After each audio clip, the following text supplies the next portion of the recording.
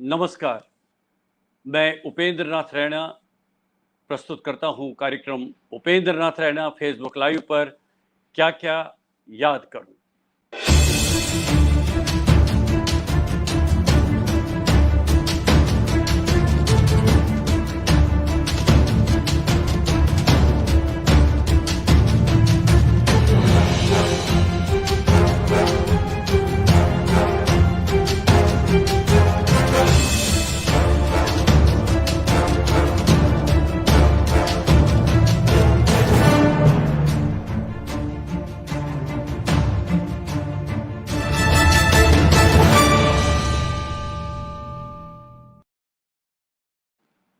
नमस्कार, क्या क्या याद करूं।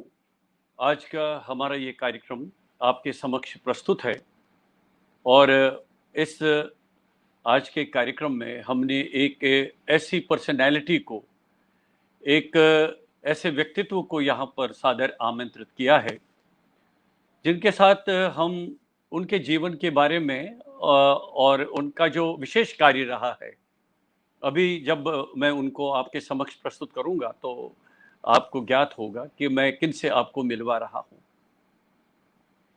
मेरे लिए ये बहुत अच्छी बात है कि आज इस मंच पर उपेंद्र नाथ रैना फेसबुक लाइव के इस मंच पर क्या क्या याद करूं के अंतर्गत आ रहे हैं Shri Ashwini Kumar, senior TV journalist और मीडिया एक्सपर्ट। सबसे पहले मैं उनको सादर आमंत्रित करता हूं आज के इस मंच पर। नमस्कार महाराज, नमस्कार। नमस्कार नमस्कार नमस्कार। आपका मैं यहाँ पर इस मंच पर स्वागत करता हूँ। देखिए, अभी मैंने कार्यक्रम शुरू किया ही था तो हमारे मित्र जुड़ने शुरू हो गए। अजय शर्मा जी पंजाब से हमारे साथ जुड़ गए, सदानंद मिश्र जी यहीं से नोएडा दिल्ली से जुड़ गए हैं, अशोक मिश्री जी हमारे साथ जुड़ गए, पूनम शर्मा जी मुंबई से हमारे साथ जुड़ गई और इस तरह से अब मित्र जुड़ने शुरू हो जाएंगे। तो मैं अपने सभी मित्रों को बता दूं, श्री अश्विनी कुमार आज इस समय मेरे साथ जम्मू कश्मीर के जम्मू प्रांत से जुड़े हुए हैं, जिनसे हम उनके जीवन के बारे में और जो उनका विशेषकर जो चुनौतीपूर्ण कार्य रहा है शुरू से, क्योंकि वे एक जर्नलिस्ट के रूप में बहुत ही पहचाने जाते हैं, जाने जाते हैं, उनसे हम बातचीत करेंगे। लेकिन हमारी ये थोड़ी सी प्रथा है अश्विनी जी, जब हम बात शुरू करते हैं तो हम अपने मित्रों के लिए पूरा परिचय देने के लिए आपके बचपन से शुरू करेंगे। तो आप बताइए, कहाँ बीता आपका बचपन, कौन सी क्या क्या शिक्षा जो हुई आपकी, प्राइमरी एजुकेशन कहाँ हुई, उसको थोड़ा बहुत याद करते हुए हमें बताइए। जी, उपेंद्र जी की जैसे आपने बचपन के बारे में पूछा तो बेसिकली जो मेरे पेरेंट्स हैं वो कश्मीर से हैं और मेरे पिताजी 1953 में जम्मू माइग्रेट कर गए थे। वो पुलिस में थे, वो पुलिस में उनको जम्मू आना पड़ा और बेसिकली जब हमारे सारा जन्म, सब लोगों का जो जन्म है वो कश्मीर में हुआ है। तो शिफ्टिंग जम्मू कश्मीर वो होती रही और मेरा जन्म जो है हबा कदल में लालोदा कोचा एक जगह है जिसको हम कंज मस्जिद भी बोलते हैं। जी हबा जी जी। कदल में बिल्कुल वहां पर हबा कदल एक एरिया जहाँ के सबसे ज्यादा कश्मीरी पंडित रहते थे। तो मेरे ग्रैंडफादर, उनके आगे फादर, मेरे फादर का जन्म भी उसी इलाके में हुआ है और वो मकान अभी भी है हमारे पास। अबकल का छोटा सा मकान है। वहां पर नॉर्मली उस एरिया को बोलते थे हबा कदल शालियार या हबा कदल, जो है कंज मस्जिद बोलते थे उसको, जी पत्थर की जी जी मस्जिद जी कोई बोलते हैं। जी जी जी। तो उस इलाके में हम रहते थे और उसके बाद जो है सब फैमिली मेंबर्स का अधिकतर भाई बहनों की जो है वहाँ पैदाइश वहाँ की है।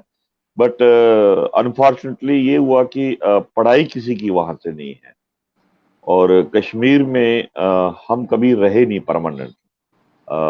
खाली मदर और फादर वो कभी कभी जाते थे वहां पर। और वो मोस्टली जो है हमारी जम्मू कश्मीर हुआ। और कुछ साल बाद मेरे फादर की अराउंड 62 या 63 में उनका जो ट्रांसफर जो है पंजाब में हो गया। जी जी। तो सब लोग ये सवाल पूछते हैं कि आप इतनी अच्छी पंजाबी बोलते हो, आप इतनी अच्छी डोगरी बोलते हो, आपको कश्मीरी भी आती है, हर लैंग्वेज को आपकी पकड़ है, तो कारण क्या है? कारण यही है कि मेरा जो स्कूलिंग हुआ है वो पहले मैट्रिक तक मेरा जो है पंजाब में स्कूलिंग हुआ है। तो मेरे फादर जो है थे वो कभी पठानकोट में, कभी अमृतसर में, कभी गुरदासपुर में, ये तीन चार पोस्टें अभी भी जम्मू कश्मीर पुलिस की पोस्टें अभी भी वहां पर है। तो जम्मू कश्मीर के पुलिस ऑफिसर डिप्यूट होते थे पंजाब पुलिस में ऑन डेपुटेशन बेसिस। जी तो जी हमारा जी। 16 साल वहां हम रहे। और उसी दौरान मैंने मैट्रिक भी वहां से की, गुरु नानक स्कूल, फिर आर्य स्कूल। तो जो मेरा 8वीं 9वीं 10वीं जो है डलहौजी रोड पर आर्य स्कूल है। अभी भी हम आर्य स्कूल के जो बचपन के जो दोस्त हैं, 45 साल से ज्यादा, अभी भी हम मिलते हैं। अभी भी मैं जाता हूँ वहां पर, उनके साथ मिलता हूँ। तो मेरा कनेक्शन अभी भी बचपन के दोस्तों का, 40 45 साल के जो मेरे दोस्त हैं, आज भी उनके साथ कनेक्शन है। आज भी हम उसी तरह से मिलते हैं जैसे बचपन में मिलते थे। तो इवन मैं 76 77 में हम, मेरे फादर की ट्रांसफर होगी कश्मीर में। और हम भी वहां पर कश्मीर में चले गए। तो वहां पर जाके मैं एसपी कॉलेज में एडमिशन लेना शुरू किया कि मैं प्रोसेस करेंगे हम। उन दोनों पीयूसी होता था, प्री यूनिवर्सिटी क्लासेस होती थी। तो वहां पर हमें एडमिशन नहीं दिया गया। तो प्रिंसिपल ने जैसे वो पंजाबी के सर्टिफिकेट देखे तो सारे हैरान हो गए कि ये पंजाबी में क्या लिखा हुआ है। तो हमने उनको बताया कि हम तो बड़ा वो इंटरेस्टिंग वाकया है वहां पर, कि वो सारा कॉलेज के जो, वो मुझे जो एडमिशन क्लास जो स्टाफ था वो मुझे प्रिंसिपल के पास ले गए। तो प्रिंसिपल बड़े अच्छे थे, बड़े सीजन्ड थे। तो उन्होंने कहा कि ये क्या लिखा हुआ है इसके ऊपर। तो मैंने उनको बताया कि ये पंजाबी में होता है, पंजाब स्कूल शिक्षा बोर्ड है इसका नाम। तो कहते आपको पंजाबी आती है? तो मैंने कहा हाँ आती है। तो उन्होंने मुझे ऐसे ही पूछना किया कि इसमें कश्मीरी में क्या बोलते हो, पंजाबी में क्या होते? दे वांटेड टू नो कि ये कश्मीरी है कि पंजाबी है कि है क्या ये। तो मैंने कश्मीरी में बोला, बट मेरी लैंग्वेज जो इतनी नहीं थी। बट आज जो भी मैं सीखा है लैंग्वेज, वो मेरी मदर की देन है। मदर हमें डांटती रहती थी कि घर में पंजाबी नहीं बोलना, घर में बाहर की लैंग्वेज नहीं बोलना, अपना कल्चर मत छोड़ो, अपना कश्मीरी लैंग्वेज मत छोड़ो। तो मदर ने काफी डांटती रहती थी, तो हमें वो उसकी वजह से लैंग्वेज आती है। घर में अभी हम सारे फैमिली में उसी तरह की लैंग्वेज होती है। मेरे दोस्त जो होते हैं वो मैं उनके साथ, जिसको जैसे दोस्त में पंजाबी वाले दोस्त मिल जाते हैं। जो जम्मू में अधिकतर सारी मेरी लाइफ मेरी यहाँ पर बीती है, तो वो जम्मू के वहां पर उसी हिसाब से रहते हैं, क्योंकि अब खाना पीना कल्चर यहाँ का हो गया है। और उसके बाद जो है हमारा जो पूरी फैमिली जो है वो पंजाब से श्रीनगर गई। और श्रीनगर में जाकर हमें एडमिशन ही मिला। तो बड़ी सिस्टर उसने ग्रेजुएशन वहां से की, मैंने मैट्रिक वहां से की। दूसरी सिस्टर को मेडिकल में जाना था, उसको एडमिशन नहीं मिली। तो हमने फिर कहा कहते हैं कि आपको इसलिए एडमिशन नहीं मिली क्योंकि आपका मार्च सेशन है, यहाँ नवंबर सेशन होता है। तो आप नवंबर में आइएगा, फिर हम आप एडमिशन देंगे। तो हमने ट्रांसफर सर्टिफिकेट भी बताया, सब कुछ बताया। फिर उन्होंने कहा कि नहीं, आपको नहीं हो सकता है, टाइम हो चुका है, अब नवंबर में आइएगा। तो फिर हम जम्मू आ गए वापस। तो दैट वाज ए, एक था कि हम श्रीनगर नहीं टिक पाए और वापस जम्मू आ गए। तो जम्मू आके फिर हमने यहाँ पर किराए पर 2 कमरे लिए। तो सारे भाई बहन वहाँ हुए, तो पेरेंट्स कश्मीर में चले गए, फादर और मदर वहाँ रहे। तो बड़ी सिस्टर वो लाइक मदर, वो हमें फिर सुबह खाना खिलाना, भेजना, कॉलेज जाना। तो मेरा जो सारा पढ़ाई है पीयूसी से लेकर ग्रेजुएशन तक एमएम कॉलेज जम्मू से मैंने पढ़ाई की। और बाकी के छोटी सिस्टर, ब्रदर छोटा, उन्होंने भी यहीं से पढ़ाई की। और सब लोगों ने सर बच्चों ने इसे जम्मू से सारी पढ़ाई की है। और उसके बाद आगे का स्ट्रगल शुरू हो गया।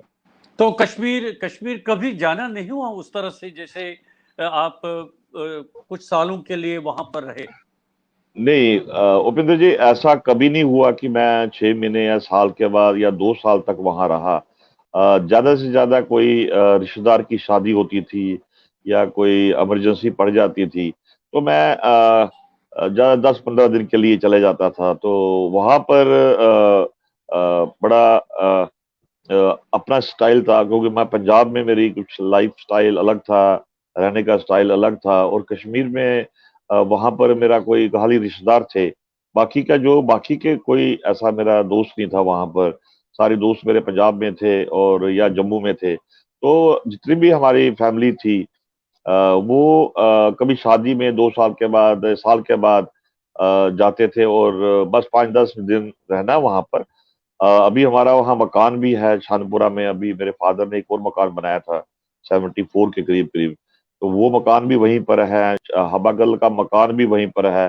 वो कभी भी वो नहीं चाहते, अभी भी नहीं चाहते मेरे फादर। वो 85+ हैं, तो वो कहते हैं कि जब तक मैं हूं तब तक कश्मीर की जो हमारी धरती है हम उसको छोड़ेंगे नहीं। ना वो हबागल का मकान, बड़े लोग आ रहे हैं बेचने के लिए मगर वो नहीं बेचने चाहते हैं। जो शानपुरे का हमारा मकान है जो कि गवर्नमेंट प्लॉट है, वो भी नहीं बेचना चाहते हैं। वो कहते हैं कि वो हमारी क्योंकि लिंक रहना चाहिए।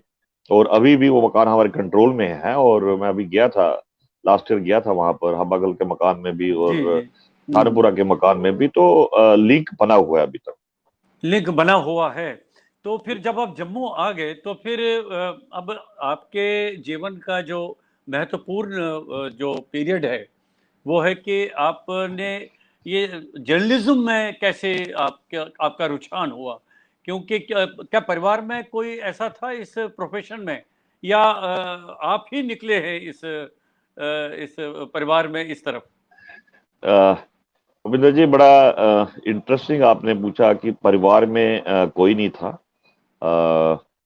ना मेरे मदर साइड से कोई जर्नलिस्ट था, ना फादर साइड से कोई जर्नलिस्ट था। वो एक ये एक्सीडेंटल समझ लिए आप कि मैं जब छोटा था पठानकोट से आता था तो मेरे फादर यहाँ ट्रांसफर हुए बीच में से। तो मैं तो वहां पर एक जुलाका मले में छोटा सा 2 कमरे थे, तो वहाँ फादर रहते थे। तो मैं कभी बस बस में बैठकर 3-3.5 घंटे लगते थे बस से पठानकोट से जम्मू आकर। तो वो वहां पर बैठकर मैं फिर फादर के पास आता था कभी कभी। तो वहां पर एक कमरे के साथ एक शख्स थे, का अभी नाम बताता हूँ मैं आपको। तो वो बड़े सिंपल से आदमी थे, दाढ़ी सी थी उनकी, और वो सारा दिन वो एक टेबल कुर्सी पर बैठकर लिखते रहते थे। अच्छा। तो मैं बीच में छोटा था, मैं ख्याल से 8वीं 9वीं में पढ़ता था। मैं बीच में से देखता था कि ये कर क्या रहा है सारा दिन। तो क्योंकि बिजनेस कम्युनिटी रहती थी यहाँ पर ज्यादातर जुलाका मले में, सुबह निकल जाते थे लोग शाम को। जी, ये आदमी बैठा रहता था और वो लिखता रहता था। एक दफा उसने मुझे कहा, बेटा अंदर आ जाओ। तो मैं अंदर चला गया। मैंने कहा, अंकल आप क्या, आपको दफ्तर नहीं जाना है? तो उसने कहा, बेटा नहीं, मैं दफ्तर नहीं जाता हूँ, मैं एक जर्नलिस्ट हूँ। तो मैं कहा, वो क्या होता है जर्नलिस्ट? उन्होंने कहा कि पत्रकार होता है। तो मैंने कहा कि क्या करते हो आप काम? तो हम्म। उसने मुझे उर्दू की अखबार दी है। तो मुझे उर्दू नहीं आती थी। मैंने कहा, अंकल ये क्या है? तो उसने कहा कि बेटा ये अखबार है। तो बैठ के ऐसे मैं देखता रहता था, उसके साथ बैठा रहता था। तो एक दिन मेरे सामने, मैं शायद 10th में था शायद, तो एक दिन फिर मैं गया वहां पर। तो एक दिन उसके पास वो पुराना ब्लैक फोन होता था जो लैंडलाइन का। तो वहां रिंग हम्म। बजी, रिंग बजी। अच्छा। जी जब जी। रिंग बजी, मुझे लगता है कि 76-78 की टाइम का होगा। तो उस रिंग बजी तो वो कोई वहां से फोन आया, तो फोन वो सुन रहे थे। तो यहाँ से ये भी चिल्लाना शुरू हो गया, बड़ी जबरदस्त लड़ाई हुई टेलीफोन के ऊपर। तो बड़ी गाली गलौज तक हो गई। अच्छा। तो गुस्से में था। मैं कहा, अंकल क्या बात हुई? उसने कहा, आप जानते हो शेख अब्दुल्ला को? मैंने कहा हाँ, हम्म मेरे नाम सुना है। तो वो कहते हम्म कौन है? मैं कहा काफी टाल लीडर है जम्मू कश्मीर का। वो हम्म तो तो उसने कहा कि ये वही था। तो मैंने उसके ऊपर एडिटोरियल लिखा था, और इसने मुझे अब फोन करके मुझे डांट रहा था और कह रहा था कि मैं आपको देख लूंगा। अब अच्छा। देखना मैं इसका। हाँ, तो he was basically fighting with Sheikh Abdullah on telephone, समझ गए मैं। कि फोन के ऊपर। ये 77 78 की बात होगी। क्या बात है, क्या तो बात उसके बाद मैं छोटा था, तो जैसे मैं 18 साल की उम्र हुआ तो उसने मेरे फादर को एक दफा बोला कि ओमकार नाथ जी, ये जो आपका बेटा है, ये अच्छा जर्नलिस्ट बन सकता है, तो आप क्या ना बात है, इसको क्या बात है। मेरे मेरे पास भेजा करो। तो मैं इसको हिंदी सिखाता हूँ, हिंदी में लिखना, ये क्योंकि उर्दू उसको आती नहीं है, तो हिंदी लिख लेता है। तो उसने मुझे कहा, बेटा लिखता हिंदी आती है? तो उसने वो एक दफा मुझे हिंदी में डिक्टेशन देना शुरू कर दिया। तो क्योंकि मैंने पंजाब में पढ़ा था 76 तक, पंजाब हिंदी और पंजाबी। नहीं, आप में तो उसको उनको क्या लगा, आप में क्या लगा उनको, क्या कैसे उनको जी। क्योंकि उसको ऐसा लग रहा है कि ये इंटरेस्ट बता रहा है, बच्चा जो है वो रेगुलर कन्वर्सेशन सुन रहा है, फिर पूछ रहा है कि कौन है ये, क्यों लड़ाई हो रही है। तो उसने मुझे सवाल किए कि शकुला को जानते हो? तो मैंने कहा हाँ, मैं जानता हूँ। फिर उसने कहा कि मैं अब एडिटोरियल इसके ऊपर लिखा था, मुझे ये नहीं पता था एडिटोरियल क्या होता है। तो उसके बाद जब उसके साथ तो बातचीत हो रही थी, तो उसने फादर को बोला कि इस लड़के में एक गुण है, ये अच्छा जर्नलिस्ट बन सकता है। क्या बात है। तो फादर ने इससे पूछा कि इसको तो पढ़ना है। उसने कहा नहीं, इसको आप मेरे पास भेजो, मैं इसको डिक्टेशन देखता हूँ, फिर देखता हूँ मैं ये हिंदी कैसी लिखता है। तो अब पंजाब में आप देखिए कि मैं प्योर हिंदी स्टेट से नहीं था, पंजाबी स्टेट से था। जम्मू में उर्दू स्टेट में आ गया, तो मैं बीच में फंसा हुआ था, उधर से पंजाबी, उधर से हिंदी, और अब पंजाबी से जम्मू में आया तो इंग्लिश भी शुरू हो गई। हम्म। तो उसके बाद उसने मुझे डिक्टेशन दिए, मैंने पेन से लिखा। तो उसने थोड़ा करेक्शन किया, उसको करेक्शन करके कहता अब ये, उसने मुझे एक शाई दी। उसको कहा कि गरम करो कढ़ाई, छोटी सी कौली थी, कौली में पानी डाला, उसमें कुछ उसने कटोरी कहा में, इसको कटोरी गरम, में। कटोरी जी में, हाँ। जी जी जी। तो जिसको हम कैलिग्राफी कहते हैं, लिथो लिथो टाइप जिसको कहते थे हम, उस वक्त लिथो टाइप पे था। आज बच्चों को पता नहीं होगा लिथो प्रेस क्या होती है। नहीं उसने नहीं नहीं। मुझे कहा इसको गरम करो, इसको गरम करो, पानी डालो। फिर जी उसने जी। देखा, उसने कहा अब ठीक है। फिर उसने मुझे चलो। येलो पेज दिया। तो अच्छा। लिथो पेज कहते थे उसको, जी जी। 18 22 का हाँ, साइज था। नहीं, उनको लिथो अठारह कहते थे। बाईस जी जी जी लिथो जी जी पेपर, हाँ जी। तो उसने कहा जी। आप ये लिथो पर, ये पेन है। फिर उसने मुझे पेन दिया एक, वो बड़ा जबरदस्त पेन होता था, और लिखने का स्टाइल अलग था। वो पेन नॉर्मल पेन नहीं होते थे, उसकी निब्स अलग होती थी। तो हेडिंग के लिए कौन सा पेन लगता था, और छोटी राइटिंग के लिए क्या लिखता था। तो उसने मुझे कहा कि ये अखबार शुरू करना है तुझे, मैं उससे पहले तुझे ट्रेनिंग देता हूँ। 4 5 दफा उसने मुझे सिखाया।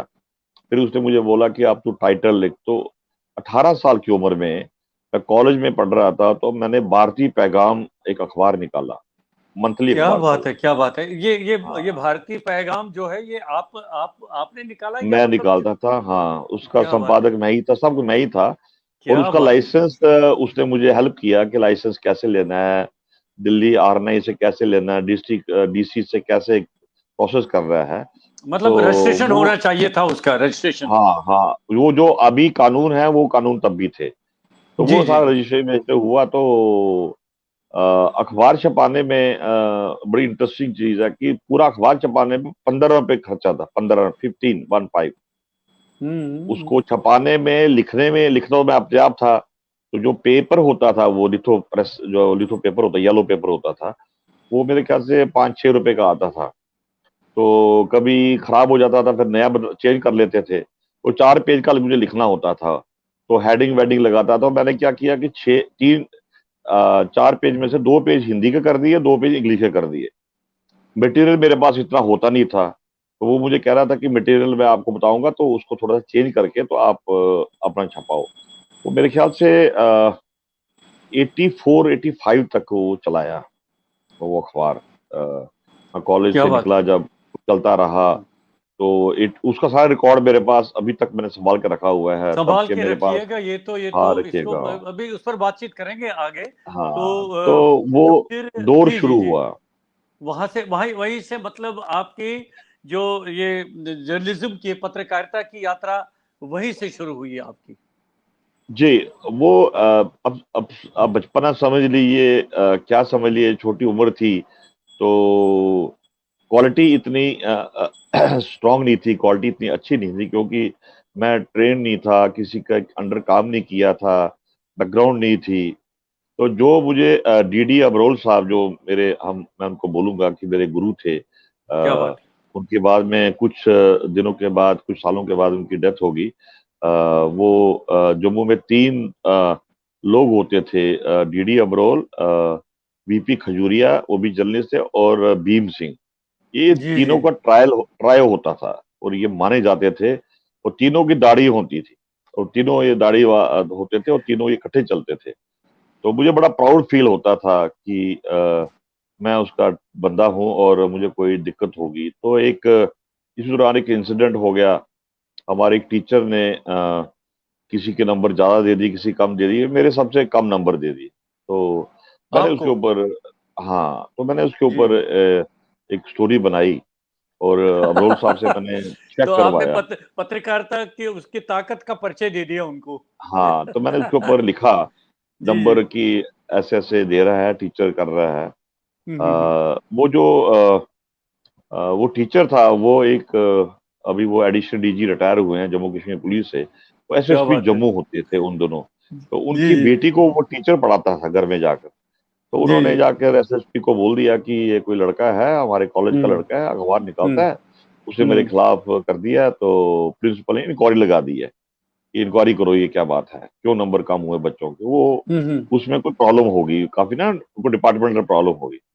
तो मेरे फादर पुलिस में थे, शुपियान में थे, और उसने मुझे एसएचओ ने मैसेज भेजा घर में, पुलिस लाइन में जम्मू में, कहा कि आपको एसएचओ साहब बुला रहे हैं। तो मैं घबरा गया कि शुपियान में एजिटेशन चल रही थी। तो मैंने कहा शायद फादर को लग गई है, कुछ पत्थर वत्थर लग गया, तभी मुझे एसएचओ बुला रहा है। तो मैं वहां पर चला गया। जैसे मैं वहां पर गया तो एसएचओ ने, मैं कहा मेरे फादर की कोई मैसेज आई है। कहते तू उमकानाथ का बेटा है? मैं कहा जी मैं उमकानाथ का बेटा हूँ। तो उन्होंने कहा कि अ, आप कौन सा जर्नलिज्म कर रहे हो, ये आप अपने टीचर को ब्लैकमेल कर रहे हो? मैंने कहा जी मैंने क्या किया?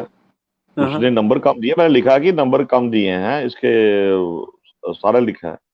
उसने मुझे काफी डांटना शुरू कर दिया, कहता कि अगर दोबारा लिखना है, याद रखना मैं तुझे कहाँ फेंकूंगा, तुझे मैं कौन कौन से केस लगाऊंगा। तो मैं थोड़ा डर गया। अरे।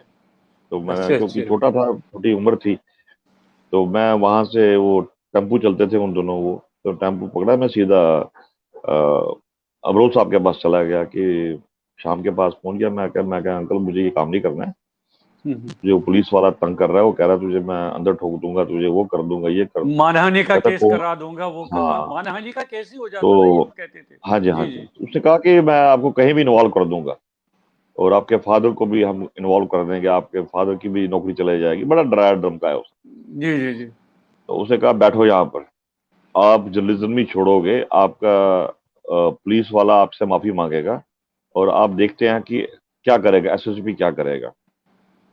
तो उसने मुझे इमिजिएटली एडिटोरियल लिखाया।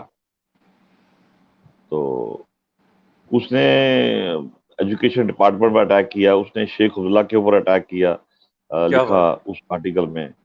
तो उसने कहा कि ऐसे ऐसे धमकाया जा रहा है पुलिस स्टेशन पर, और एसएसपी के सारा कुछ जो मैंने स्टोरी सुनाई थी उसको, उसने वो लिखा। तो फिर उसने कहा कि ये सारे लिखो। मैं डर गया, मैंने कहा नहीं, वो पुलिस वाला मुझे उठा के ले जाएगा। तो उसने कहा अगर उठा के लेगा, मैं कहाँ हूँ यहाँ पर, तो मैंने लिख दिया। तो कहता जैसे ही छपेगी तो आप कॉलेज में सारे अखबारें दे देना।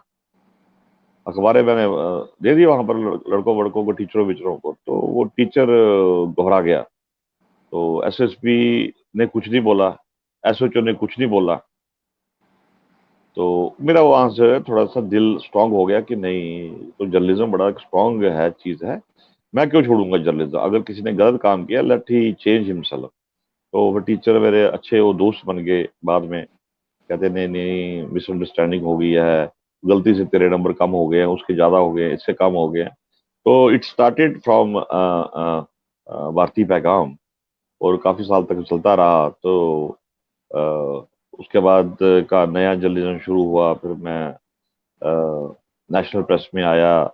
फिर मुझे जो मेरे सेकंड जो जो मुझे असली जर्नलिज्म सिखाया जो इंग्लिश में, वो थे एम एल काक। आपने नाम सुना होगा, बहुत एम एल बहुत काक बहुत बड़ा हैं। नाम था। जी जी जी जी। तो करीबन 87-88 में उनके साथ मेरी कोई मुलाकात नहीं थी। तो मैं इंफॉर्मेशन डिपार्टमेंट में कश्मीर में श्रीनगर जा रहा था, तो आगे से वो नीचे उतर रहे थे। तो उन्होंने कहा कि काक साहब को मैं दूर से देखा हुआ था, बड़े सीनियर जर्नलिस्ट है एनके के। तो उन्होंने मुझे कहा कि बेटा आप क्या करते हो? मैंने कहा जी मैं अखबार में ऐसे ऐसे कराता हूँ। कहते ट्रिब्यून में काम करोगे? क्या बात है। मैंने कहा जी क्यों करूंगा अगर मुझे मिल जाए। तो कहते कि 4:30 बजे मेरे साथ ही मेरा घर है, जो रेजिडेंसी रोड एरिया जो क्वार्टर थे, मोस्टली जी वहाँ जी जर्नलिस्ट उसको प्रेस एनक्लेव उसको कहते हैं। तो मैं चला जी गया, जी। तो मैं कभी मिला नहीं था पहले तो उसने, मैं नॉक किया, कहता आइए आइए। तो मुझे कहते कि जम्मू में हमें एक स्ट्रिंगर रखना है ट्रिब्यून के लिए, तो आप करोगे काम? मैं कहा जी बिल्कुल करूंगा। मैं कहा अगर आप गाइड करोगे साथ में तो मैं करूंगा।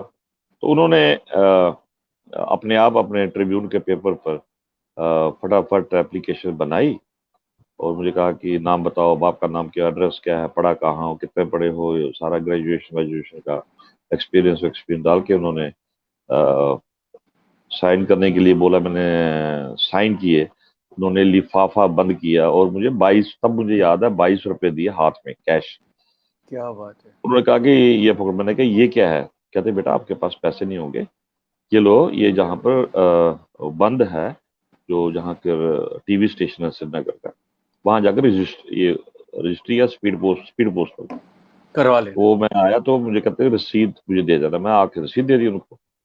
मैं फिर वो कुछ शादी वादी थी श्रीनगर में, घूमता रहा, तो मुझे उन दोनों कम्युनिकेशन इतना नहीं था। तो जम्मू का एड्रेस था, तो एक हफ्ते में मेरा वो लेटर आ गया था, अपॉइंटमेंट लेटर जम्मू में।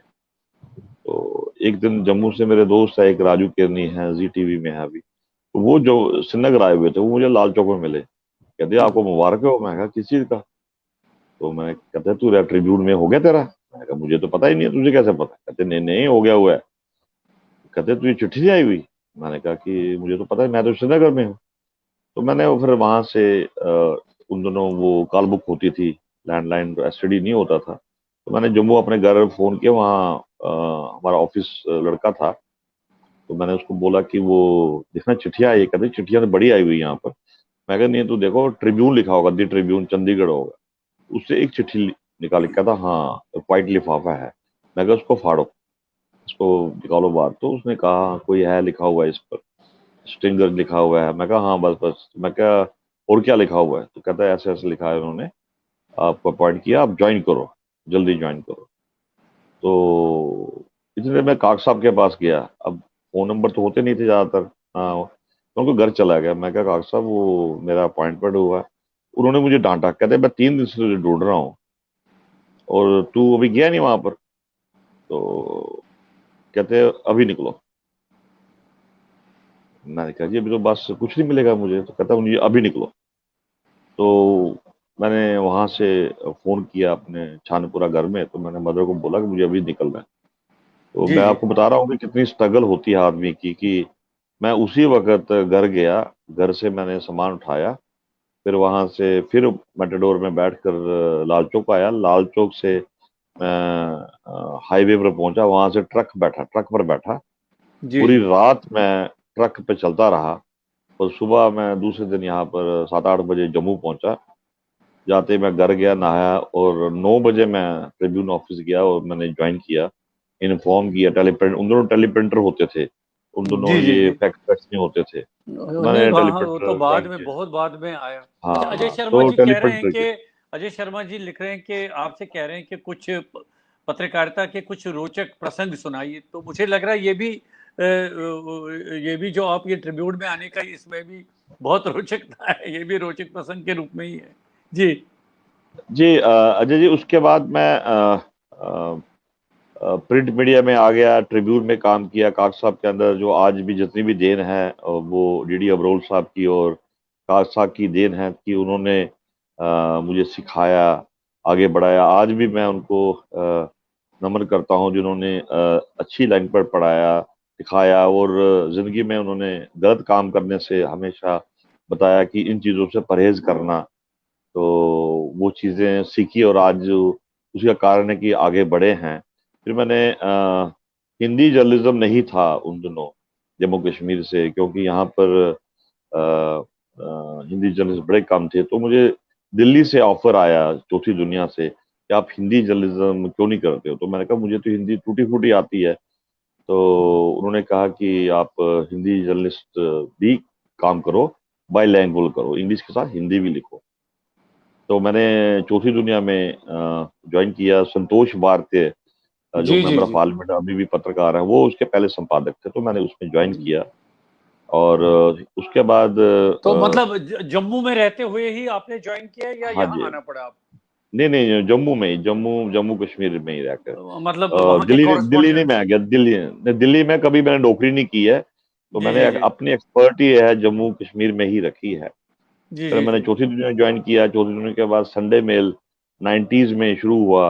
हाँ, संडे मेल आता संडे था, जी मेल, जी। हाँ, 4 जगह छपता था, दिल्ली, मुंबई, मद्रास, कलकत्ता से छपता था। वो 95 तक वो चला। 95 में वो बंद हो गया। तो उसके बाद मैं अ, दूरदर्शन में मैंने काफी काम किया। जी जी जी। मिलिटेंसी शुरू हो चुकी थी। उसके बाद मैं 94 95 में मैंने आज तक में न्यूज ट्रैक होता था, न्यूज ट्रैक में शुरू किया। तो नहीं, उस पर आ जाएंगे 95। हम, लेकिन लेकिन जी जी। शिव कुमार जी हमारे साथ जुड़े हैं।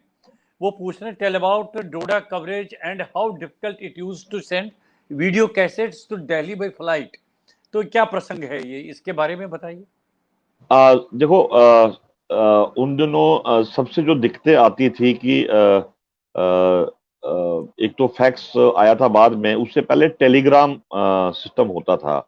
जी या जी जब जी। आप ट्रिब्यून में थे या संडे मेल में था मैं, तो टेलीग्राम के हमें कार्ड मिले होते थे। तो उसके 2 रुपया पर वर्ड का यूज से यूज होता था। 2 पैसा, 2 पैसा पर वर्ड। तो हमें 300 वर्ड या 200 वर्ड लिखना है, तो आपको घर से ही आइडिया बना के देना है कि हाँ 200 वर्ड है, लिख के देना है 200 वर्ड है। तो वो आपके पोस्ट ऑफिस वाले विदाउट पन्नी, वो आपका कार्ड मिलता था एक, जैसे क्रेडिट कार्ड टाइप का मिलता था, फोटो वोटो लगा होता था। वो लिख देते रजिस्टर पर, आपकी कंपनी को पैसे भेज देते। तो वो था मटेरियल भेजने का, हिंदी में या इंग्लिश में। तो वो जी जी जी। टेलेक्स से जाता था। तो वो एक वो भेजना था। अब टेप्स का जो था, सबसे डिफिकल्ट ये था कि जम्मू आप जहां भी हो, जम्मू में जहां भी हो, चाहे डोडा में हो, किश्तवाड़ में हो, कुछ रजौरी हो, जहां भी कोई बड़ी हादसे होते थे, और आपको 1 बजे तक, वापस दिन में 1 बजे तक एयरपोर्ट पहुंचना होता था। और आपकी एयरपोर्ट में बड़ी अच्छी सेटिंग होनी चाहिए वहां पर, जी जी जहां जी। पर आपने टेप भेजना है। अगर 5 मिनट भी लेट हो जाता है तो एयरपोर्ट वाले टेप नहीं लेते थे। और कभी कभी तो हमने ये कोशिश किया कि 20 मिनट, 30 मिनट पहले, 20 मिनट पहले, जैसे कि दरवाजा बंद होता उससे पहले भी टेपे अंदर डालते थे। जबकि 99 का दौर मुझे पता है, जब करगिल वार हुआ था, उस दौरान कितनी कितनी कवरेज की हमने। ये पलाव वाला एरिया, खोड़ एरिया सारा इतना जल रहा था, लोग मर रहे थे। और जी वो जी जी। सारी जो कवरेज है, लद्दाख, जो करगिल से जितनी बॉडीज आ रही थी, वो सारी जो है Jammu airport, Jammu technique airport पर लैंड कर रही थी, और उनकी कवरेज हम करते थे। और उनकी टेप्स जो होती थी, वो इतना कम्युनिकेशन नहीं होता था जैसे आज की ओबी वैन्स है, बाकी चीजें हैं आपके पास। उन दोनों टेप्स आपकी बाहर जाती थी, या अगर अगर अगर बाय एयर मिस हो जाता है, तो या तो आपकी बाय बस जाती थी, या फिर अगर बड़ी इंपॉर्टेंट कवरेज है, जल्दी पहुंचना है, तो टैक्सी में भी हम भेजते थे। टैक्सीज में भी टेपें गई हैं। उसमें करीबन 4,000, 3,000, 4,000 रुपये लेते थे उन दिनों, जम्मू से दिल्ली तक जाना, क्योंकि वो जी दोनों जी जी। साइड से लेते थे आने जाने का। 3-4 हज़ार रुपये लेते थे। तो एक, जैसे अभी ये पूछ रहे हैं मेरे से भाई साहब, जी एक कवरेज हमने हिमाचल में किया था। जी जी करमापा लामा एक आए थे, जी। तिब्बत से आए थे। वो पैदल कर आए थे, करीबन 2-3 हज़ार किलोमीटर पैदल चल के आए थे। पहाड़ों से घूम के निकल के आए थे तिब्बत से, तो वो हिमाचल पहुंच गए थे। तो एक कहीं खबर छपी कि करमापा लामा एक 16 साल का बच्चा है कि वो वहां से उठ के और वो हिमाचल पहुंच गया। तो मुझे हमारे एडिटर होते थे, उन्होंने मुझे कहा कि आप हिमाचल निकल जाओ अभी। तो जम्मू कश्मीर, हिमाचल, पंजाब में सारा कवर करता था जब टेलीविजन में आया। तो आपका तो पूरा तो एरिया फिर एरिया होगा ना पूरा आपको एरिया था, हाँ जी। जी जी जी।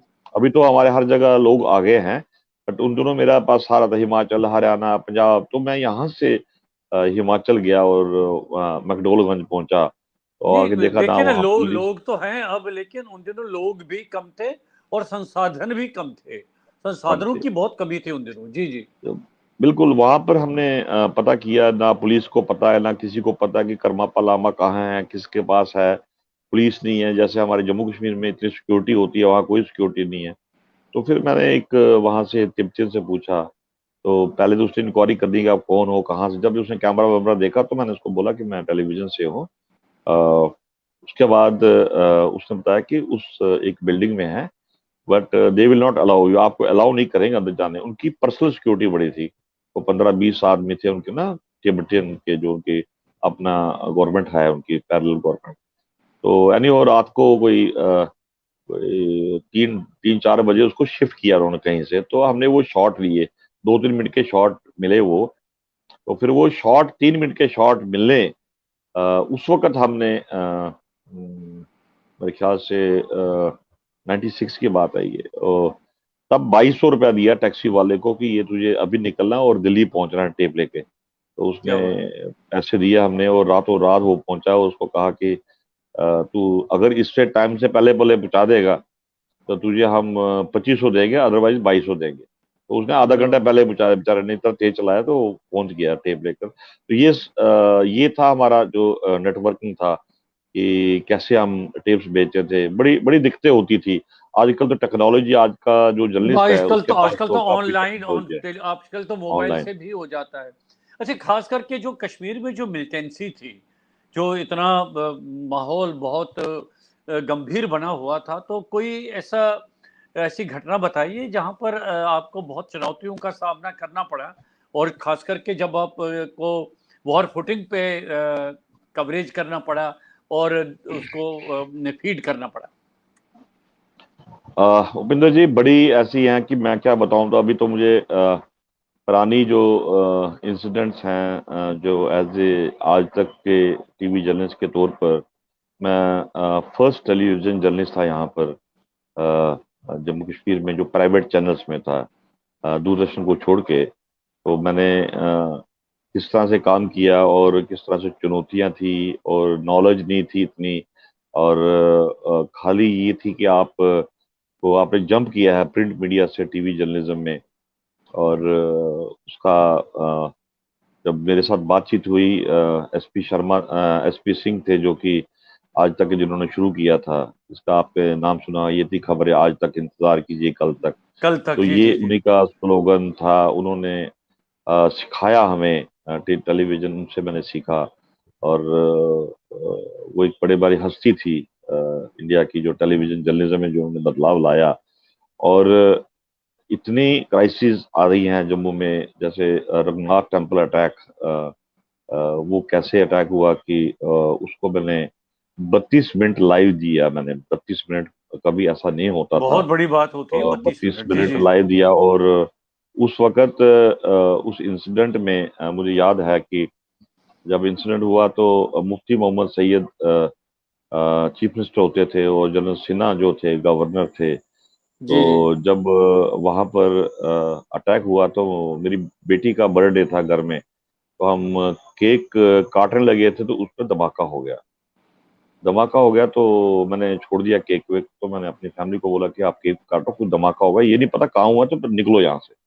तो मेरा कैमरामैन ओहो। साथ, हमने गाड़ी दबाई और हम चले गए। तो जीवल में देखा लोग भाग रहे हैं। तो मैंने हम्म। किसी से पूछा कि क्या हुआ, कहते रघुनाथ टेम्पल साइड में अटैक हो गया। तो हम रघुनाथ हम्म। टेम्पल से हम चले गए, तो आगे पुलिस ने सील करना शुरू कर दिया। खैर वो लोग जानते थे पुलिस पुलिस वाले, तो कहते ख्याल से जाना, आगे फायरिंग बड़ी हो रही है। तो हमने पीछे गाड़ी लगाई, तो मैं लेट गया, फायर आ रहा है, मेरे सिर के ऊपर से फायर जा रहा है।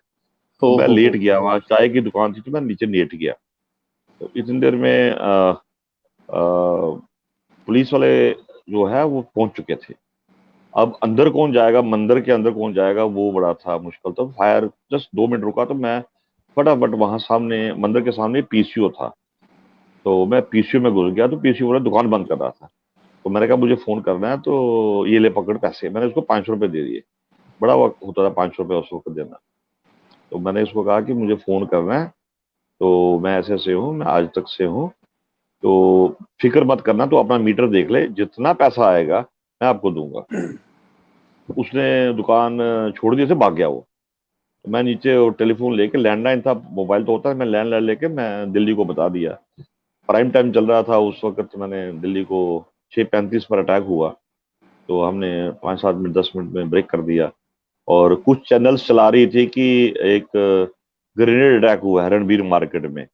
जब मेरे बॉस ने मुझे फोन पर बताया कि ग्रेनेड अटैक है कि मिलिटेंट अटैक है, तो मैंने कहा हम्म। मिलिटेंट अटैक है। कहते हैं जी वो दूसरी चैनल बोल रहा है ग्रेनेड ग्रेनेड अटैक है। अटैक। मैं कहा आप उसको देख रहे हो कि मुझे देख रहे हो, जो कि गोलियों में बैठा हुआ है यहाँ पर।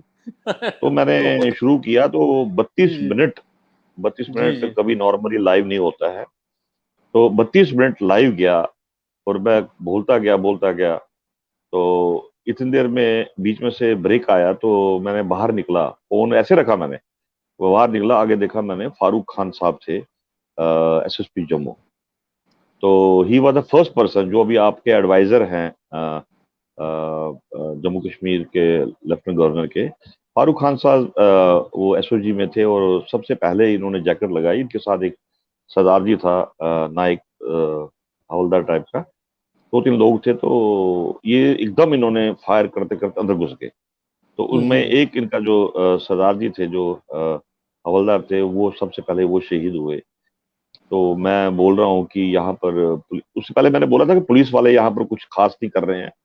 तो दिल्ली से काफी शोर मच गया। तो प्राइम मिनिस्टर हाउस उसको कवरेज को देख रहा था। मुझे नहीं पता, जी ये तो बाद में पता लगा। जी तो जी। गवर्नर ने प्राइम मिनिस्टर हाउस ने मुफ्ती साहब को फोन किया कि रघुनाथ टेम्पल में अटैक हुआ है।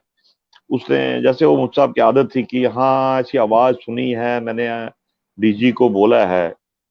तो एके सूरी डीजी होते थे, डीजीपी होते थे, उन्होंने हम्म। डीजीपी को बोला कि क्या हुआ है, तो पीएमओ से फोन आ रहा है। तो उसने कहा हाँ आवाज सुनी है, अभी पता कर रहे हैं।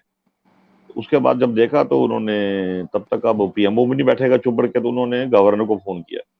गवर्नर जनरल सिन्हा थे, उन्होंने मुफ्ती साहब को फोन किया कि वो पीएमओ से आ रहा है। कहते हैं हाँ चेक कर रहे हैं। वो गवर्नर ने कहा कि वो पीएमओ बोल रहा है कि आज तक तो बता रहा है सारा वहां पर क्या हो रहा है अंदर, तो आप कह रहे हो कि चेक कर रहे हैं। Hmm. Then they told the DGP A K Suri को आप रश करो।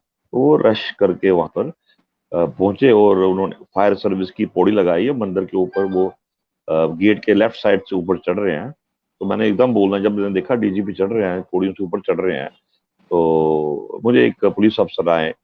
उन्होंने मुझे बोला कि जल्दी आप आओ, और डीजी साहब आपसे बात करना चाहते हैं, इंटरव्यू देना चाहते हैं। तो मैंने कहा मैं तो कैमरा चला नहीं सकता हूँ यहाँ पर, क्योंकि कैमरा मैन क्या, मैं तो लाइव जा रहा हूँ, और लाइट भी नहीं हम चला सकते। लाइट चलाओगे तो यू आर अंडर फायर। तो वो पूरी रात वो इनकाउंटर चलता रहा। और मैं सल्यूट करता हूँ फारूक खान साहब, जो भी एडवाइजर हैं, और आईजी रिटायर हुए बाद में पुलिस जम्मू कश्मीर में। वो पहले आदमी थे जो अपना पूरा एसओजी का लेके अंदर गए, उन्होंने मिलिटेंट को मारा। और उसके बाद बॉडीज रात को बाहर निकाली, घसीट के लोगों ने बाहर निकाली। और जम्मू में काफी लोग गुस्सा था इसके बाद। तो ये एक काफी बड़ा इंसिडेंट था। रेलवे स्टेशन का एक इंसिडेंट हुआ था, जिसमें जम्मू एक, रेलवे स्टेशन का तो बहुत हाँ भयंकर तो था। वो जी बड़ा जी जी। जबरदस्त था। तो बड़ा, बहुत जबरदस्त हम था। बाल जी बाल जी। बचे वहां से, बाल बाल बचे। तो हम एक प्लेटफॉर्म नंबर, फायर चलता था प्लेटफॉर्म नंबर पर 1 पर, हमने वो सारी कवरेज की। और जी वो कवरेज, जो लाइव कवरेज है, वो भी मेरे पास पड़ी हुई है। और वो वहां पर हम बाल बाल बचे। बॉर्डर पर मैं क्या बताऊं कि कितनी दफा हम बचे हैं। रात को हम 5 बजे के बाद, ये जो आप पूछ रहे थे कि 5 बजे के बाद डोडा भद्रवा किश्तवाड़, 5 बजे के बाद इस एरिया में कोई मूवमेंट नहीं होती थी, और उसके बाद ही किलिंग होती थी। तो मैसेकर्स, बड़े बड़े मैसेकर्स होते थे। अ, और हम 5 बजे के बाद उस इलाके में जाते थे और पुलिस को लिख के जाते थे, लिख के हम्म देते थे कि अगर कुछ होता है हम आपकी जिम्मेवारी पर जाते हैं। तो हम्म। वो सारे इंसिडेंट हमने कवर किए। एक दफा डोडा में कवर जा रहे किए। थे हम, जी जी डोडा जी। में जा रहे थे तो मैंने 91 में मैं डोडा का एक वहाँ कवरेज करने गया और मैं 6-7 दिन मिलिटेंट के साथ रहा और तो बाल वही बाल वही बचा मैं वही उनके वही साथ। वही मैं पूछने वाला था, तक क्या आप कभी किसी मिलिटेंट ग्रुप के साथ रहे जहां पर आपने उनसे बातचीत की? क्या क्या क्या, क्या अनुभव है उसका आपका?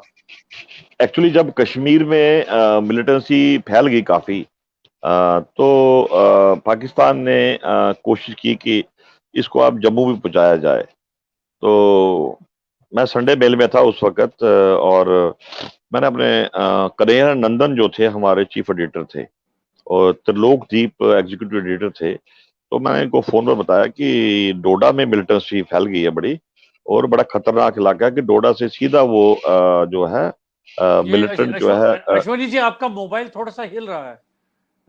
जी अब ठीक है। हाँ, बस बस बस, ठीक है, अब बोलिए आप। तो वो मैंने उनको बोला कि अनंतनाग से डायरेक्ट जो है टेररिस्ट जो है वो बॉर्डर ऊपर से पहाड़ी क्रॉस करके वो डोडा की साइड आ रहे हैं। और डोडा एक जबरदस्त सेंटर पॉइंट बन रहा है और वहां जी से जी जम्मू पहुंचेंगे और इजीली उधमपुर पहुंच जाएंगे सारे। तो मैं चला गया, तो मैंने एक नेटवर्क बनाया तो और वहां पहुंच गया। और जैसे हम मैं पहुंचा वहां पर, तो मैं पहले तो मेरे उन्होंने स्क्रीनिंग की, मिलिटेंट्स ने एक एक बंदा आया मेरे पूछने कौन हो क्या हो। तो उनको पता लगा कि बंदा सही है। तो फिर 2 दिन के बाद वो मुझे ले गए, सरकारी गाड़ी में ले गए। और फिर रात को मैं रहा उनके साथ, तो 2-3 रात रहा उनके साथ, फिर उनके साथ बातचीत की। तो अभी भी मैंने वो 2-3 इशू संडे मिल के रखे हैं संभाल के। अ, उसको उन्होंने स्लग दिया था ऊपर से, बड़ा पूरा हेडिंग था, सुलग रहा है डोडा। तो मिल्टन के इंटरव्यूज, उनकी वाइफ के इंटरव्यूज, वो सारा उसमें आया था, कितने ग्रुप है कौन क्या है। ये शबीर शाह भी वहीं का देन थी, क्योंकि वो अनंतनाग से वो भद्रवा आ गया था। तो उसने बाद हम्म। में शादी भी वहीं की, भद्रवा की ही लड़की है जिसकी शादी की उसने। तो वो उनके साथ रहना, और अभी भी उसमें से एक मिलिटेंट जिंदा है। तो वो अभी मुझे मिलता रहता है जम्मू में, बट आज वो नेशनलिस्ट बन गया है, तो बड़ी बड़ी अच्छी अब तो खुशी है। मतलब बड़ा अब नेशनल मतलब नेशनलिस्ट है। ये अच्छी बात तो है। मुझे फोन वोन करता रहता है, तो जी जी जी। बट अच्छा लगता है मुझे कोई नेशनलिस्ट बन रहा है। और नहीं नहीं, अगर उसमें उसमें कोई हर्ज नहीं है। उसमें कोई नहीं, लेकिन बट अगर समय पर अकल आ जाए तो सही बात अच्छा है, हाँ तो मतलब जी। ठीक ही है। जी जी जी। उनके साथ रहने का ये रहा कि उनकी अंदर की बात, बट ये एंड ऑफ द डे ये निकाला कि वो इलिटरेट लोग थे और पाकिस्तान ने इनको एक्सप्लॉइट कर रखे। ये डोडा भद्रवा किश्तवाड़ को तबाही की, वो कितने मैसेकर्स हुए, कितने कुल्हाड़ में 19 लोगों को मार दिया था। रियासी में कितने लोगों को मार दिया, 32 लोगों को मार दिया था। डोडा में 2 बारातों को मार दिया था, जी जी जी, बहुत बहुत, वो तो बाईस बहुत बाईस लोगों को, हाँ, दर्दनाक, बहुत दर्दनाक घटना दर्दनाक थी थे। वो। जी तो जी ये जी। सारे इलाके हमने पूरी पूरी रात ट्रैवल करके किए हुए हैं। और मोस्टली पता नहीं होता था कि घर पहुंचे हैं कि रात को नींद होनी भी है कि नहीं है। तो ये सारा इलाका जो है वो काफी टेंस रहा है इतने सालों में। और अभी तो काफी कम्युनिकेशन अच्छा बन गया है, रोड्स अच्छी बन गई है। उन दोनों रोड्स नहीं थी, वो कम्युनिकेशन नहीं था। बट आज वो कम्युनिकेशन है, रोड्स हैं, लिटरेसी कम हो गई है, रिस्क कवर कम हो गया है। पहले रिस्क कवर मैक्सिमम था। ये पहले सबसे तो पहले ज्यादा था। पहले था, सबसे पहले आज तक ने पूरी इंडिया में मैं आपको बताऊं कि बुलेट प्रूफ जैकेट और हेलमेट दिए थे। बुलेट प्रूफ जैकेट और हेलमेट दिए थे कि आप जब भी जी जी। बाहर जाओ, बॉर्डर पर जाओ, और बुलेट प्रूफ जैकेट और हेलमेट लगा के रखना। और आप अपने स्टाफ को भी देना। मेरा पूरा स्टाफ जो था वो पूरा प्रोटेक्शन में रहता था कि बाकी चांसेस कभी भी कुछ हो सकता है। वो एक काफी इंटरेस्टिंग इंटरेस्टिंग पॉइंट रहता है। जी। अच्छा, ये बताइए कि जो आप वो डोडा की बात कर रहे हैं, जिक्र कर रहे हैं कि वो आपने वहां पर मिलिटेंट्स के बीच में गए, तो कवरेज किस रूप में हुआ? क्या आपने वीडियो बनाया, क्या सिर्फ ऑडियो रिकॉर्ड किया, फिर उसका यूटिलाइजेशन क्या हुआ? नहीं, डोडा वाला जो इंसिडेंट था नहीं, वो आपने कहा काफी ना मिलिटेंट्स के बीच में गए हम। हाँ, डोडा वाला जो था वो बेसिकली प्रिंट मीडिया में हुआ था। जी जी उसके जी। बाद प्रिंट मीडिया में वो छपा, संडे मेल में दो तीन इशू छपे, उसमें वो सारा आया कि स्लो रहा है डोडा। तो टेलीविजन में तो मैंने इनकाउंटर बड़े वहां कवर किए हैं, डोडा नहीं, में, बस वही भद्रवा वही हम में, सुनना चाहेंगे। हमारे अ, जो जुड़े हुए हैं किश्तवाड़ में। वो बहुत उत्सुक हैं कि जो एनकाउंटर वाले मामले हैं, तो किस तरह से आपने फेस किया और कैसे आप तो मैं देखता हूं कि जब इस तरह की घटनाएं होती हैं, पत्रकार जो जर्नलिस्ट लोग होते हैं, अपनी जान पर खेलते हुए आगे बढ़ते हुए और एकदम आगे आगे जाकर उसको होड़ लगी रहती है सब आपस में, जो मीडिया मीडिया जो पर्सनैलिटीज वहां पर होती है कि कैसे हम इसको कवर करें, कवरेजेस कैसे होंगे। तो क्या कुछ जी एक दो? बिल्कुल। जी जी। जी जी। जैसे अभी जितने भी इनकाउंटर्स होते हैं, और सबसे ज्यादा जो इनकाउंटर्स में आपकी सेफ्टी सबसे पहले है कि आप कितने सेफ हो। अपनी सेफ्टी के लिए आपको वो देखना है कि सेफ्टी के लिए कितना काम करना है आपको।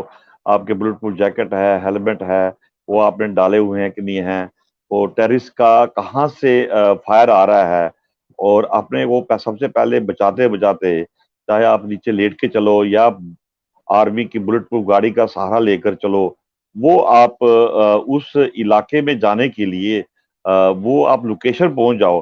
और लोकेशन से आपको प्रोटेक्शन में अगर आप रहते हो तो आपको कुछ नहीं होगा। मैं कभी कभी रिकलेक्ट करता हूँ अपने लाइफ के इनकाउंटर्स। अभी मैं इसके ऊपर लिख भी रहा हूँ, बुक्स लिख रहा हूँ। वही तो मैं मेरी, आपसे वही मैं आपसे हाँ, जानना चाह रहा था कि तो आपकी इतनी रोचक कहानियां हैं, कहानियां क्या हैं? आपने तो साक्ष्य हैं, आपने तो अपनी आंखों से उसको देखा है और व्यक्तिगत रूप से अनुभव किया है, तो पुस्तक के रूप में ये जरूर आना चाहिए, जरूर आना जी चाहिए। उपेंद्र जी, अभी मैं इसके ऊपर लिख रहा हूँ, क्योंकि मैं अभी कभी कॉलेज या यूनिवर्सिटी में जर्नलिज्म के स्टूडेंट्स को पढ़ाने जाता हूँ, तो बच्चे ये चीज़ें पूछते हैं कि ये कौन सी किताब में लिखा हुआ है, कहाँ लिखा हुआ है। तो अभी तक कोई इस तरह की किताब नहीं लिखी गई है। तो मैंने अभी पेन डाउन किया है, तो करीबन काफ़ी काम कर लिया है।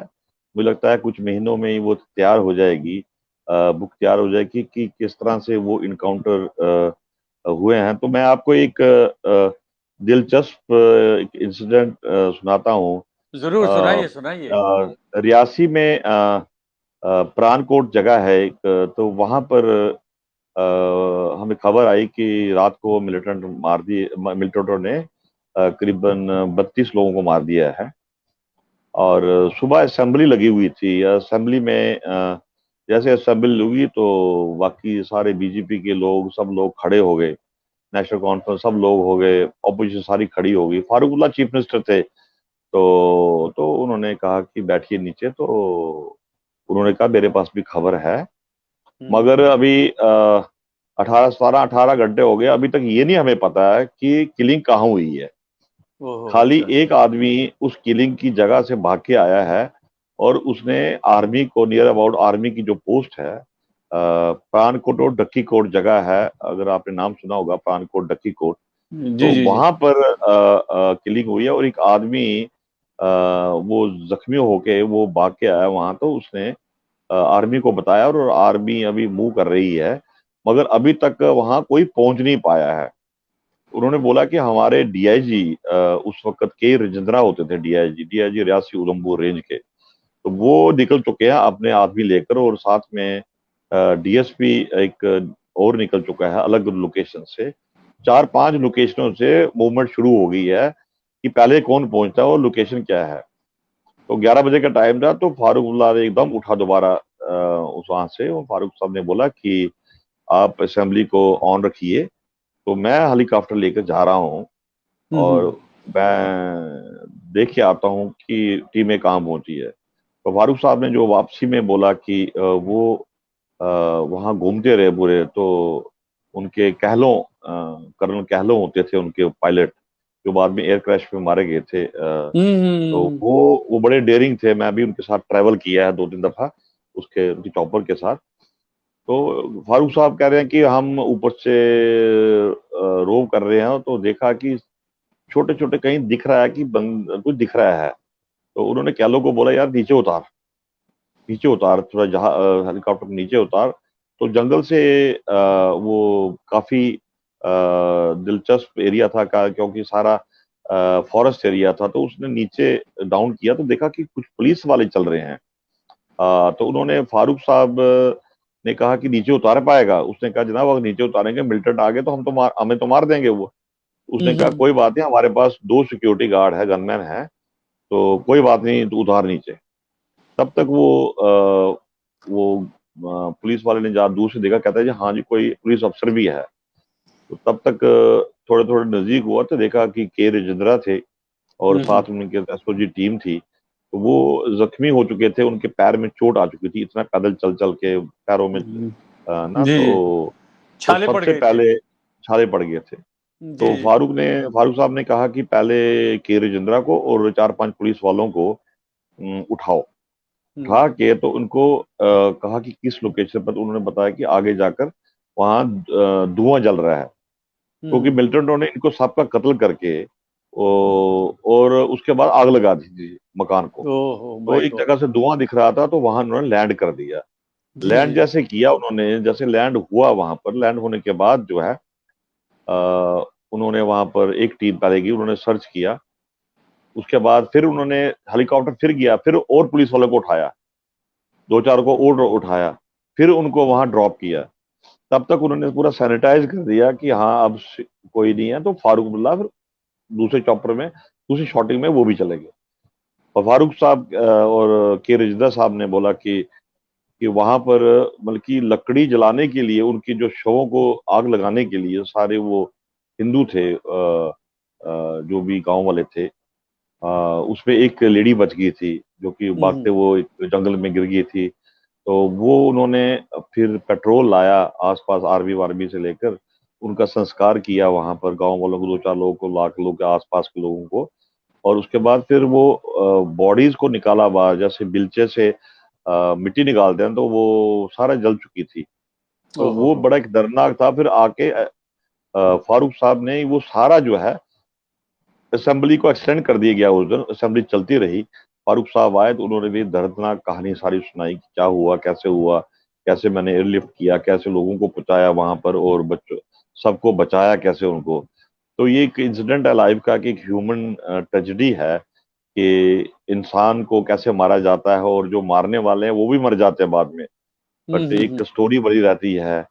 इस तरह का एक इंसिडेंट था। एक जिंदा मिलिटेंट पकड़ा गया था यहाँ पर कुद के पास, पाकिस्तानी, अभी भी जेल में है वो। और एक को तो मार दिया था, एक भाग रहा था, उसको पकड़ लिया था। उसका मैंने लाइव टेलीकास्ट किया था अभी कुछ साल पहले, 2-4 साल पहले की बात है। जी जी जी। कुद से तो करीबन काफी तो काफी जो है पाकिस्तानी मिलिटेंट के मैंने बड़े इंटरव्यू किए। बॉर्डर पर इतने इनकाउंटर हुए हैं कि मैं आपको क्या बताऊं। मैं उन इनकाउंटरों को कवर किया है, और 7-7 दिन इनकाउंटर चले हैं, 7 डेज इनकाउंटर, और 7 दिन खाने को कुछ नहीं मिलता था। वो कवर की हैं। 2005 में लाइफ का सबसे बड़ा इंसिडेंट है, 2005 में जब अर्थक्वेक आया, और मैं जी जी वैष्णो जी। देवी में लाइव कर रहा था।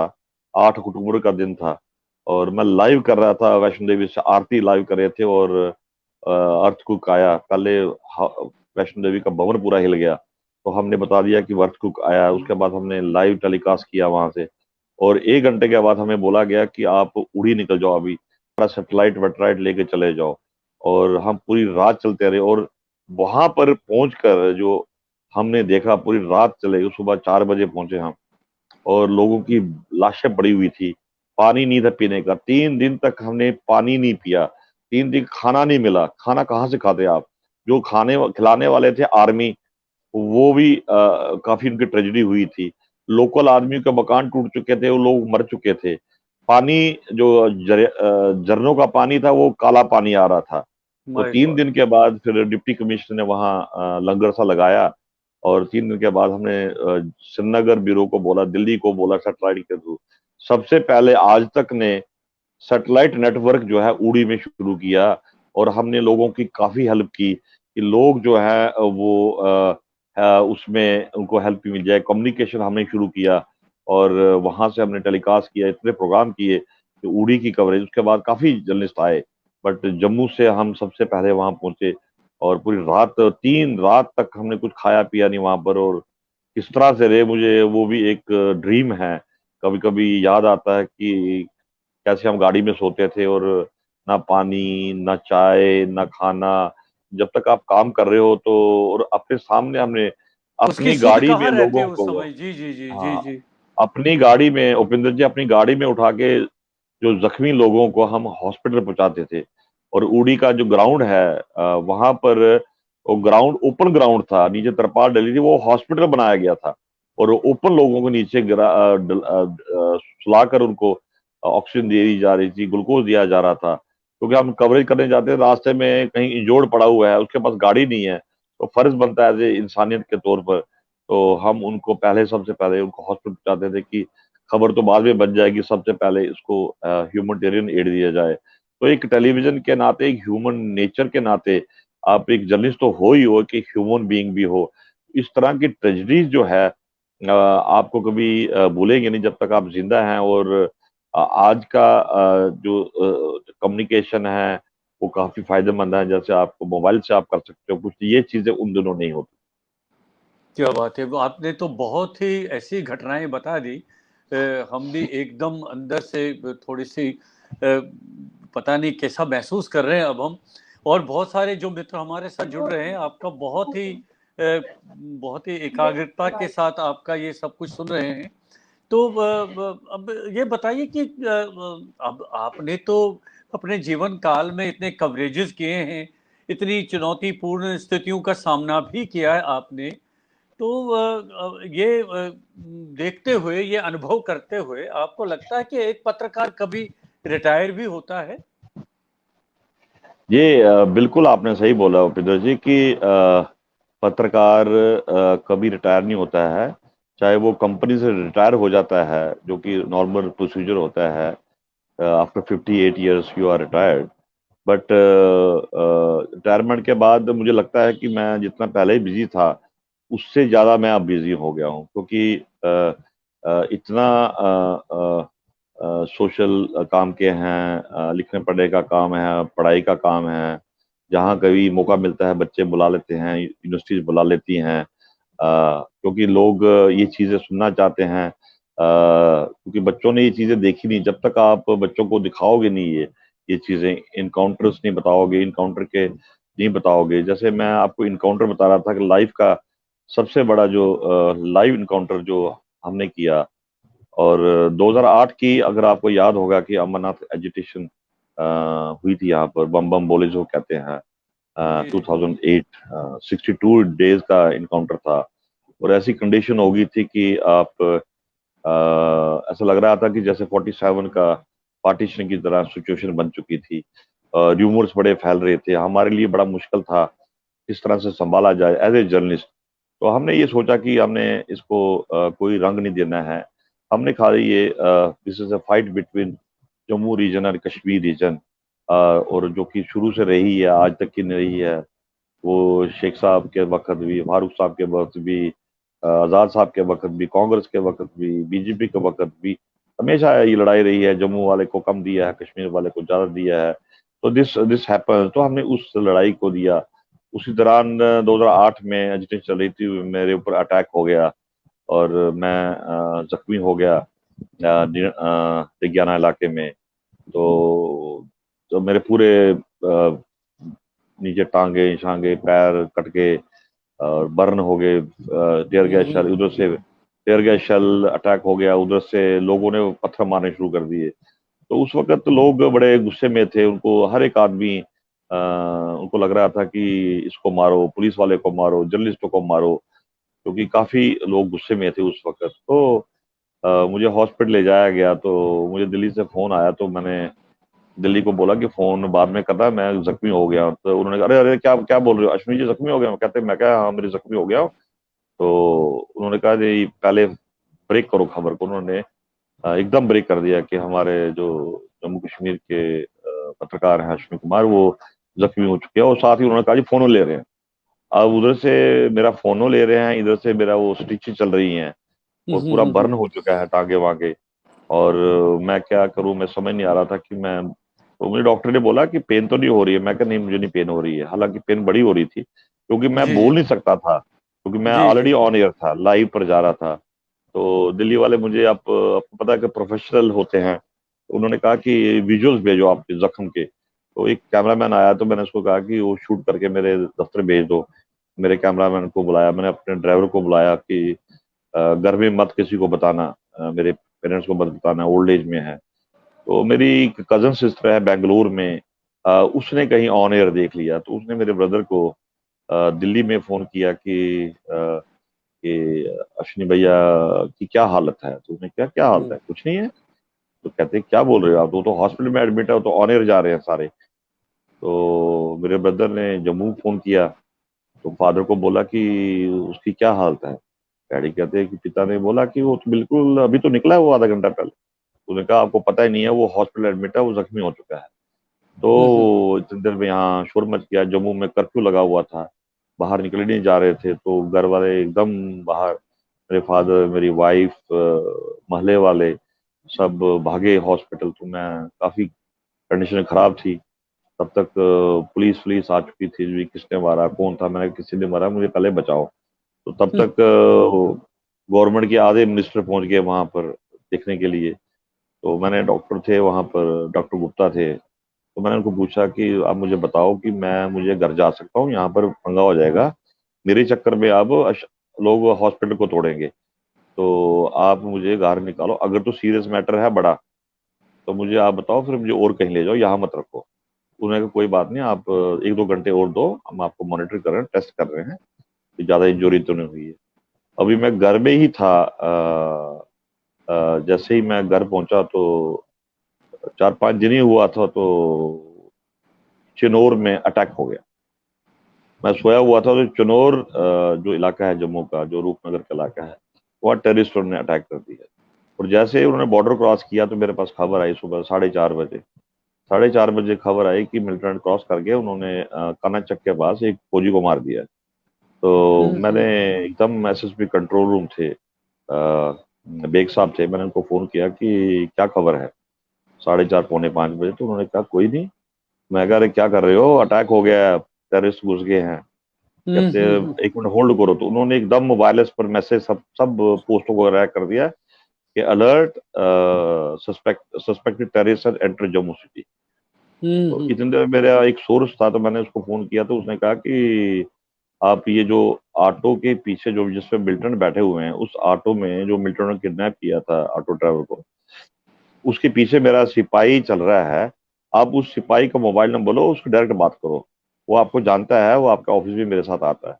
तो उसने मुझे बोला साहब जी नमस्कार। तो मैं कहा कि कहाँ पहुंचा? कहता जी हम, मैं मुट्ठी के पास पहुंचा हूँ, मिलिटेंट है, लाल ऑटो है और ये है। तो मैंने दिल्ली वालों को बोला कि फटाफट उठो और ब्रेक करो खबर। ब्रेक किया, और मुझे दिल्ली वालों ने कहा कि आप भी रश करो। अब मैं जख्मी था, नीचे मेरी पैंट डाल नहीं सकता था, तो मैं बिना पैंट के, पैंट मैंने, वाइफ ने मुझे पैंट दी, पैंट गाड़ी में डाली, ओवी जी जी वैन को मूव किया, स्टाफ को मूव किया, और हमने वहां पर लाइव इनकाउंटर को कवर किया। और इतनी देर में एक पुलिस ऑफिसर है, का नाम नहीं बताऊंगा, उनका, मेरे बड़े अच्छे दोस्त हैं। मैंने उनको फोन किया कि क्या चल रहा है अंदर। उसने कहा पाकिस्तानी मिलिटेंट का कांटेक्ट हो गया हमारा, वो पाकिस्तानी मिलिटेंट है, और हमारा एक पुलिस ऑफिसर उससे बात कर रहा है। वो पुलिस ऑफिसर हुआ है, वो कश्मीरी बोलता था, डोगरी बोलता था। उससे पहले उससे कश्मीरी में बात की, तो वो आगे से पंजाबी बोल रहा है। उसने कहा यार तू कश्मीरी नहीं है? कहता नहीं मैं पंजाबी हूँ। तो they get it confirmation he is not a Kashmiri terrorist, he is a Pakistani. तो मैंने उसे नंबर ले लिया, तो मैंने दिल्ली वालों को नंबर लिया। तो पहली दफा अगर इंडियन हिस्ट्री में अगर हुआ हो, अगर हुआ हो, तो उस वक्त हमारे इंग्लिश चैनल था आज तक का, अ, अ, अ, उसके वक्त तभी इंडिया टुडे नहीं आया था, तो उसको उसके वक्त उसमें लाइव टेलीकास्ट किया टेररिस्ट का, और टेररिस्ट का इंटरव्यू किया गया। बाद में काफी इंक्वायरी लगी उसके ऊपर कि कैसे हो गया इंटरव्यू, क्या हो गया। उसके बाद अभी लाइव इनकाउंटर, लाइव इंटरव्यूज कोई नहीं चल रहे हैं किसी भी एंटी नेशनल एलिमेंट के, और बड़ा स्टेटस भी हो गई है। बट आपको कुछ खाना ना मिले, पीछे से पानी ना मिले, बट जो जितने भी मैंने देखे हैं इनकाउंटर्स में, अगर आप अलर्ट रहते हो, अगर आपको एक्सपीरियंस है, तो आप बच सकते हो। अगर आप फुर्ती मारोगे कि मैं तो बड़ा ट्रेंड हूँ, वो हूँ, तो फिर आप चले जाओगे। और ऐसे ऐसे इंसिडेंट नहीं होने चाहिए। और जितने भी लोग हैं, और जैसे भी कोई इनकाउंटर शुरू होता है या टेररिस्ट अटैक होता है, तो मेरी रिक्वेस्ट है कि लोगों को आगे मत जाइएगा। कोई फायर गोली कहाँ से आती है, किसको हिट करती है, वो किसी का कोई देखती नहीं है। और क्योंकि ये पुलिस का काम होता है, जर्नलिस्ट को तो मजबूरी है, और मजबूरी की वजह जाना पड़ता है, अदरवाइज शायद हम भी ना जाते। मगर क्योंकि एक प्रोफेशन था, प्रोफेशन में सीखा, और इतने साल बचे रहे, और कारण यही था कि प्रिकॉशंस काफी लिया। अच्छा, जी। ये बताइए कि अब एक पत्रकार के रूप में आपने इतनी लंबी यात्रा देखी है, इतना गहन अनुभव आपको हुआ है, तो अब आपको अब आज क्या लग रहा है आपको कि पहली वाली पत्रकारिता में और आज जो पत्रकारिता है, उसमें क्या आपको कुछ अंतर लग रहा है या कुछ बदलाव आ गया है कि क्या, या मापदंड उसके कुछ बदल गए हैं? देखो उपेंद्र, जो मेन स्ट्रीम जर्नलिज्म है, चाहे टीवी का हो चाहे अखबार का हो, जो बड़े बड़े अखबार हैं, Hindustan time, times of India, Indian express, या टीवी चैनल जो बड़े बड़े हैं, वो तो बिल्कुल अभी वही उसी लाइन पर चल रहे हैं। उसमें अब डिफरेंट डिफरेंट डिस्कशनें हो सकती हैं, बट सबसे जो अभी नया जो आया है, सोशल मीडिया जो आया है, और हर एक आदमी ने माइक लेकर निकल जाते हैं, और वो अपना न्यूज़ चैनल चला शुरू कर देते हैं। मैं न्यूज़ चैनल से हूँ, जो कि न्यूज़ चैनल नहीं होता है। और उसमें जैसे हमने जर्नलिज्म किया है, तो एक सिस्टम के अंदर काम किया है। हमारे ऊपर असाइनमेंट डेस्क होता था, एडिटर होता था, आउटपुट होता था, न्यूज़ डायरेक्टर होता था। तो आज का जो जर्नलिज्म लोग कर रहे हैं, वो सारा कुछ अपने आप ही है, रिपोर्टर भी वही है, डायरेक्टर भी वही है। So there is no control. तो आप डैमेज कर जाते हो किसी आदमी को। मैंने जो भी देख रहा हूँ, लोग कैसे डैमेज कर देते हैं। लोग किसी के प्राइवेट बेडरूम में घुस जाते हैं, जो कि अलाउड नहीं है। तो ट्रेस पासिंग का केस बनता है। बड़े मेरे पास काफी लोग आते हैं ऐसी शिकायतें लेकर, क्योंकि as a president press club काफी लोग कहते हैं कि आपके लोगों ने ये कर दिया है। तो अभी जो जर्नलिज्म, जो लोग जर्नलिज्म करके आते हैं, डिग्री करके आते हैं, जैसे मास्टर जर्नलिज्म करके आते हैं या डिग्री करके आते हैं, आईएमसी के रिटर्न है या यूनिवर्सिटीज के रिटर्न है, तो उनमें एक ट्रेनिंग होती है, ट्रेनिंग करके आते हैं, पढ़ के आते हैं। तो उनमें तो अच्छा ठीक है। जो अनप्रोफेशनल है, अभी बिजनेसमैन काफी आ चुके हैं, क्रिमिनल्स बड़े लोग आ चुके हैं, जिन्होंने अपना फेसबुक शुरू कर दिया है, जिन्होंने अपना यूट्यूब चैनल शुरू कर दिया है। उसके बाद ब्लैकमेलिंग शुरू हो गई है। तो वो बड़ा दुख होता है मुझे ये देखकर। और कभी कभी ये लगता है कि मैं मौके पर, मैं टाइम पर मैं रिटायर हो गया हूँ और बाहर आ गया हूँ। और अदरवाइज बड़ा मुश्किल होता है कि एक अभी प्रेस क्लब में, अभी पहले जो सुबह जर्नलिस्ट 11 बजे आते थे प्रेस कॉन्फ्रेंस अटेंड करने के लिए, 12-13 लोग आते थे, 15 लोग आते थे। जी अभी जी। सुबह की जो प्रेस कॉन्फ्रेंस होती है, 70 लोग आते हैं।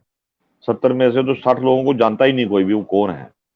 तो वो बड़ा एक डेंजरस है कि there should be some control. जैसे कि गवर्नमेंट ऑफ इंडिया भी कह रही है कि कोई रजिस्ट्रेशन नहीं चाहिए आपको, अगर आपको फेसबुक चलाना है या आपको यूट्यूब चलाना है।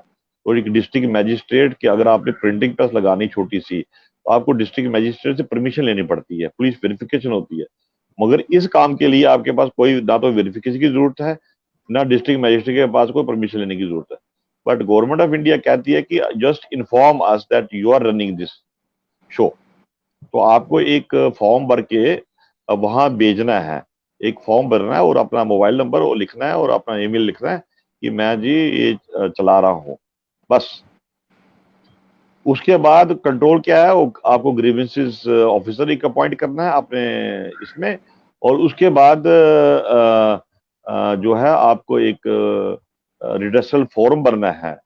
जैसे अभी अग्निशेखर जी बोल रहे हैं कि तो सोशल मीडिया क्या पत्रकारिता है, तो अग्निशेखर जी मुझे लगता नहीं है कि जो सोशल मीडिया है, जो तो जेन्युइन लोग हैं, अगर आज अच्छे अखबार वाला कोई सोशल मीडिया या वेबसाइट चला रहा है, तो वो तो मेन स्ट्रीम जर्नलिज्म से है। अब जो खाली यही सोशल मीडिया चलाता है, सोशल मीडिया ने बदलाव भी लाया है, मैं नहीं बोलता हूँ, सोशल मीडिया ने बदलाव लाया है कि जो आपकी मेन स्ट्रीम जर्नलिस्ट कवर नहीं कर सकता है या आपके उसके काबिल नहीं था खबर अखबार के या टीवी चैनल के लिए, तो आप अपने आप आजकल सिटीजन जर्नलिज्म, जैसे का अल्टरनेटिव जर्नलिज्म बोलते हैं उसको, तो आप अपने आप बैठ के अपने मोहल्ले के लोगों की बातचीत करो, अपना करो, अपलोड कर दो, सोशल मीडिया में लाइव कर दो और कहानी खत्म होगी। अब वो वायरल हो गया तो आपकी खबर चल गई, जब खबर चल गई गवर्नमेंट के पास पहुंच गई, आपने टैग कर दिया, तो आपका काम हो गया। तो या एक अल्टरनेटिव जर्नलिज्म आया सर है। सर ये तो सही बात कह रहे हैं आप, ये लेकिन इस पर कितना मतलब नियंत्रण है, कैसे इसको कंट्रोल करना चाहिए, कितना जेन्युइन है कितना जेन्युइन नहीं है, तो ये अपने आप में बहुत बड़ा विषय है, ये विचारणीय है। इस पर एक बहस होनी चाहिए, बातचीत होनी चाहिए, और कोई एक कंट्रोल होना चाहिए। क्योंकि बात तो सही है, जिस तरह से सोशल मीडिया का दुरुपयोग हो रहा है, और सही मायने में उसका वो पर्पस फॉलो नहीं होता है जो सोशल मीडिया का होना चाहिए। आए दिन हम देखते हैं, चाहे आप फेसबुक लीजिए, चाहे आप यूट्यूब ले लीजिए, चाहे और कोई प्लेटफॉर्म ले लीजिए, इतना जो अनवांटेड कंटेंट होता है, इतना उस पर अपलोड किया जाता है जो जिस पर किसी का नियंत्रण नहीं रहता है। आप चाहते हैं कि आप रूल्स एंड रेगुलेशन बनाइए, आप इसके लिए नियम बनाइए, लेकिन उसके बावजूद इस पर हम कंट्रोल नहीं कर पाते हैं। अब देखिए, लगभग सवा घंटा हो गया बातचीत करते हुए, बहुत रोचक बातचीत आपसे हुई, लेकिन अब देखिए, ये तो आपके जीवन के बारे में था, और खास करके जो आज हमने कार्यक्रम ये जो केंद्रित था वो था आपका पत्रकार के रूप में आपका विशेष योगदान क्या रहा है। लेकिन उसके अतिरिक्त और भी रुचियां होंगी आपकी। मैंने सुना आप बहुत अच्छा गाते भी हैं। नहीं उपिंदर जी, गाता नहीं हूँ, बट अभी कुछ साल से क्योंकि मैं लाइफ में कभी बचपन में फिल्में देखते थे, बट जब से जर्नलिज्म में आया तो मुझे बिल्कुल फिल्म देखने का टाइम नहीं मिलता था, और 24/7 न्यूज़ के ऊपर रहता था, अभी भी न्यूज़ पर रहता हूँ। और बट गाने का शौक है, सुनने का शौक है, गज़ल सुनने का शौक है। और मैं पाकिस्तान 4 दफ़ा गया हूँ, वहाँ से मैंने काफ़ी कलेक्शन लाई है, वहाँ की जो गायक हैं, वहाँ के जो संगीतकार हैं, तो वहाँ पर क्योंकि लोग बड़े वहाँ शौकीन हैं, खाने पीने के और संगीत के बड़े शौकीन हैं।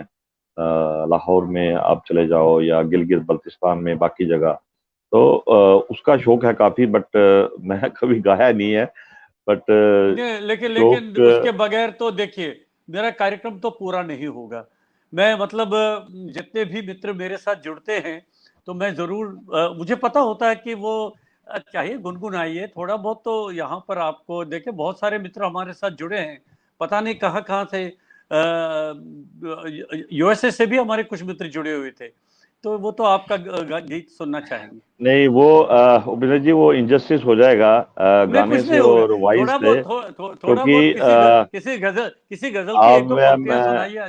जी जी। मैं एक हार्ड कोर जर्नलिस्ट रहा हूँ, और नहीं, मुझे पता है जर्नलिज्म ना। के बारे में कुछ भी मेरे से बात कर लीजिएगा। मैं गाने में शौकीन हूँ, कल्चर के ऊपर मैं शौकीन हूँ, हर कल्चर का, चाहे पंजाबी कल्चर हो, डोगरी कल्चर हो, कश्मीरी कल्चर हो, बल्ती हो, I love this culture, any culture, कोई भी हो, जो उनका कल्चर है। मैं तो अभी आजकल मैं अफगानिस्तान के ऊपर काफी पढ़ रहा हूँ, अफगानिस्तान काफी बात कर रहा हूँ, उनके गाने, उनका संगीत, उनके देखता हूँ। लद्दाखियों का बड़ा मुझे शौक है, बट मैंने कभी गाना नहीं गाया है, और ना कभी, हाँ, डांस वांस कभी होता है तो फैमिली के फंक्शन होते हैं, कोई होते हैं तो जबरदस्ती वाला काम है तो वहां पर मैं उनके साथ डांस कर नहीं, लेता हूँ, देखिए बट देखिए, हमारे ज्यादा हमारे एक मित्र लिख रहे हैं कि थोड़ा बहुत तो सुनाना पड़ेगा, थोड़ा बहुत। जी जी। मुझे चाहे आप पंक्तियां याद ही नहीं है कोई।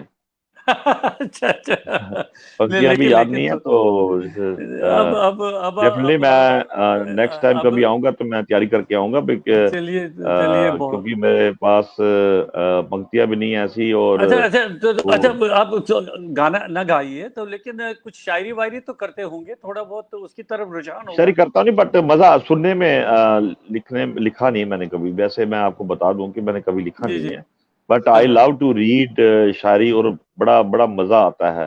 जी जी जी। जितने भी अच्छे अच्छे शायर हैं उनके ऊपर जी मैंने पढ़ा है, काफी उनकी लाइफ के ऊपर पढ़ा है। तो मेरे अच्छे दोस्त हैं जो टेलीविजन में हैं, जर्नलिज्म में हैं, वो अच्छे साहित्यकार हैं।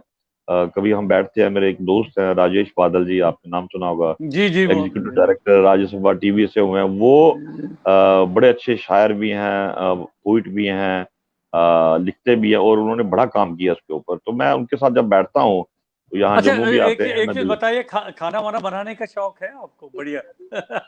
हाँ, हाँ, किसकी खाने का तरफ? नहीं, ये खाना तो मैं बताइए किसकी खाना तरफ देख रहे हैं आप, किससे किससे इजाजत ले रहे हैं नहीं, नहीं, ऐसा नहीं मैं है। मैं एक्चुअली खाना बड़ा अच्छा बना लेता हूँ, और जी शौक जी भी है, बट जी जी। शादी से पहले मैं अपने आप खाना बनाता था, अपने आप घर की सफाई करता था, बर्तन मांजता था, कपड़े साफ करता था, सारा कुछ करता था। और नहीं, काफी साल मैं जब ये सब बैचलर था। चीजें तो करनी चाहिए। ये तो हाँ, हर तो कोई वो व्यक्ति इस उम्र में तो अभी करता ही है।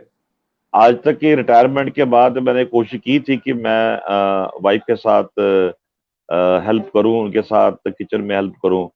तो क्या बात है, वो क्या बात है, बट बहुत अच्छी बात है। जी जी, वो करना चाहिए क्योंकि मेरे दोस्त काफी ऐसा करते हैं, वो वाइफ के साथ हेल्प करते हैं, तो मैंने भी सब देखा, मैं कहीं कहा नहीं, अच्छा सब है। करते हैं, सब करते हैं, हाँ, सब करते करते हैं। तो हैं। आजकल वो नहीं है कि वो आपकी फैमिली में अगर वाइफ है तो उसी को काम करना है, कि तो सब काफी लोग करते हैं। तो नहीं फिर नहीं मैंने नहीं, भी ये तो कोशिश की जरूर। थी, बट कोशिश में ये होता है कि जो अब आपका स्टाइल है काम करने का वो डिफरेंट है, और वाइफ का जो स्टाइल है काम करने का वो डिफरेंट है। तो मैंने तो कहा कि इससे कि ये ना कोई थोड़ा सा मतभेद हो ही जाता है। हाँ, तो मैंने कहा कि मुझे लगता है कि खाना बनाना असिस्ट कर सकते हो आप उनको, सामान लाना, वो लाना, बाजार लाना। बट मैं अपने वक्त चिकन बड़ा अच्छा बनाता था, मीट अच्छा क्या बात बनाता है, था, क्या बात है, क्या दाल बात है। वाल अच्छी बनाता था। तो मेरे दोस्त जो है बैचलर, जब मैं बैचलर था तो लोग मेरे पास खाना खाने के लिए आते थे कि आज अश्विनी जी के पास मीट बनाएंगे, वो बनाएंगे। तो दिल से जो बनती चीज जो आप प्यार से बनाते हो उसका टेस्ट भी अच्छा बनता है। बट चलिए चलिए, जर्नलिज्म बहुत के दौरान जो ये है न नहीं। समय मिला होगा आपको, और न वो फुर्सत कहाँ मिलती है आपको वहां पर। अब जी, देखिए, जी, जी। इतना समय निकल गया। काश और मेरे पास टाइम होता तो मैं इस बात को आगे बढ़ाता। लेकिन आप एक प्रॉमिस करिए कि पत्रकारिता से अलग जो आपके आपके पर्सनैलिटी के और अलग अलग पक्ष हैं, उन पर हम बातचीत करेंगे। बहुत इंटरेस्टिंग बातचीत रही है आज, और बहुत ही सारगर्भित वार्ता हुई, क्योंकि पत्रकारिता अपने आप में एक बहुत बड़ा चैलेंज है। चाहे वो रेडियो हो, चाहे वो टेलीविजन हो, चाहे वो प्रिंट मीडिया हो, तो अपने आप में बहुत ही चुनौतीपूर्ण है। अगर आप मन से और ईमानदारी से काम करेंगे तो इसमें देखिए, आनंद तो है ही, लेकिन बहुत सारा रिस्क फैक्टर भी है, चुनौतियां भी हैं। और जब आप सही मायने में पत्रकारिता को सही रूप में पेश करेंगे तो उसका अपना एक सकारात्मक रिजल्ट भी सामने हमारे सामने आता है। तो अश्विनी कुमार जी, जितने मित्र हमारे साथ इस बीच में जुड़े, उनके लिए दो शब्द कहना चाहेंगे आप? ये मुझे लगता है कि जितने भी लोग जुड़े थे, चाहे आपके फ्रेंड सर्कल में हो या मेरे फ्रेंड सर्कल में हो, मुझे लगता है कि जो भी मैंने ये बोला है ये 100% मेरी अंदर जो आवाज़ है, और as a hard core journalist मैंने आपको बताया है। क्योंकि इतना बड़ा सफ़र है, टेलीविज़न का ही मेरा 22-23 साल का सफ़र है, प्रिंट मीडिया का भी सफ़र है, पूरे 35 साल का ये सफ़र है। तो एक 1 डेढ़ घंटे में ये पूरी नहीं कंप्लीट हो पाएगा। फिर भी मैंने जो जो आप लोगों ने मेरे से पूछा मैंने कोशिश की बताने की। मुझे लगता है कि अगर किसी को और कभी कहीं भी इस तरह की चीजें जरूरत हो तो आप मुझे मेरे फेसबुक पर अश्विनी कुमार के वहाँ चले जाइएगा, आप मुझे डायरेक्ट मैसेज कर सकते हैं। उसके बारे में कुछ किसी स्टूडेंट्स को कोई रिसर्च वर्क हो, क्योंकि मुझे मज़ा बड़ा आता है कि जब स्टूडेंट्स फॉर पीएचडी पर्पसेज, क्योंकि हमने अभी हिमालयन मीडिया फाउंडेशन मैंने बनाया है। हम 3 जर्नलिस्ट हैं जम्मू में जिन्होंने एक फाउंडेशन बनाया है जिसमें रिसर्च का काम हम कर रहे हैं। किसी भी टॉपिक के ऊपर हमारे पास बुक्स अवेलेबल है, हमारे पास रिसर्च पेपर अवेलेबल है, हमारी जो क्लिपिंग्स इंपॉर्टेंट क्लिपिंग्स हैं वो अवेलेबल हैं, वो फुटेजेस मैंने काफ़ी सेव किए हैं जो मेरी पर्सनल फुटेज हैं। तो वो चीज़ें अगर किसी को कोई ज़रूरत हो, कभी हेल्प की ज़रूरत हो, वो आप हमारे हिमालयन मीडिया फाउंडेशन पर आ सकते हैं। वो आप मुझे मैसेज भेज सकते हैं वो, और उससे ये होगा कि यहाँ का जो मुझे बड़ा अच्छा लगता है कि कोई मेरे से अगर हेल्प मांगे कि इस टॉपिक में मुझे काम कर रहे हैं तो इसके बारे में मुझे कुछ डिटेल चाहिए और कौन चलिए, से लोग वो हेल्प कर सकते हैं, वो सबसे बड़ा मजा आता है और सबसे चलिए, सुकून बहुत बहुत तब आता धन्यवाद आपका, बहुत अच्छा लगा।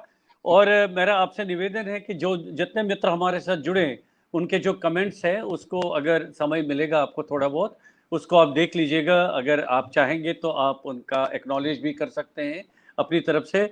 तो मैं पुनः आपका हृदय से आभार व्यक्त करता हूं अश्विनी कुमार जी। बहुत ही इंटरेस्टिंग प्रोग्राम रहा, बहुत ही इंफॉर्मेटिव रहा।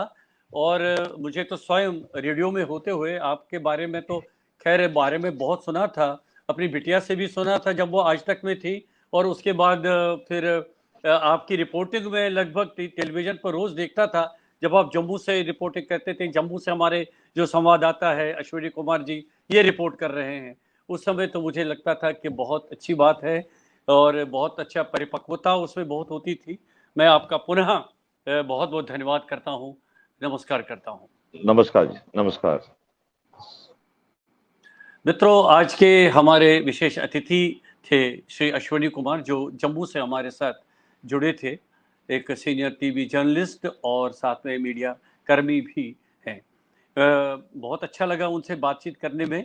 और इसी के साथ हमारा आज का ये कार्यक्रम क्या क्या याद करो यहीं पर अब संपन्न होता है। अब हमें अनुमति दीजिए। नमस्कार।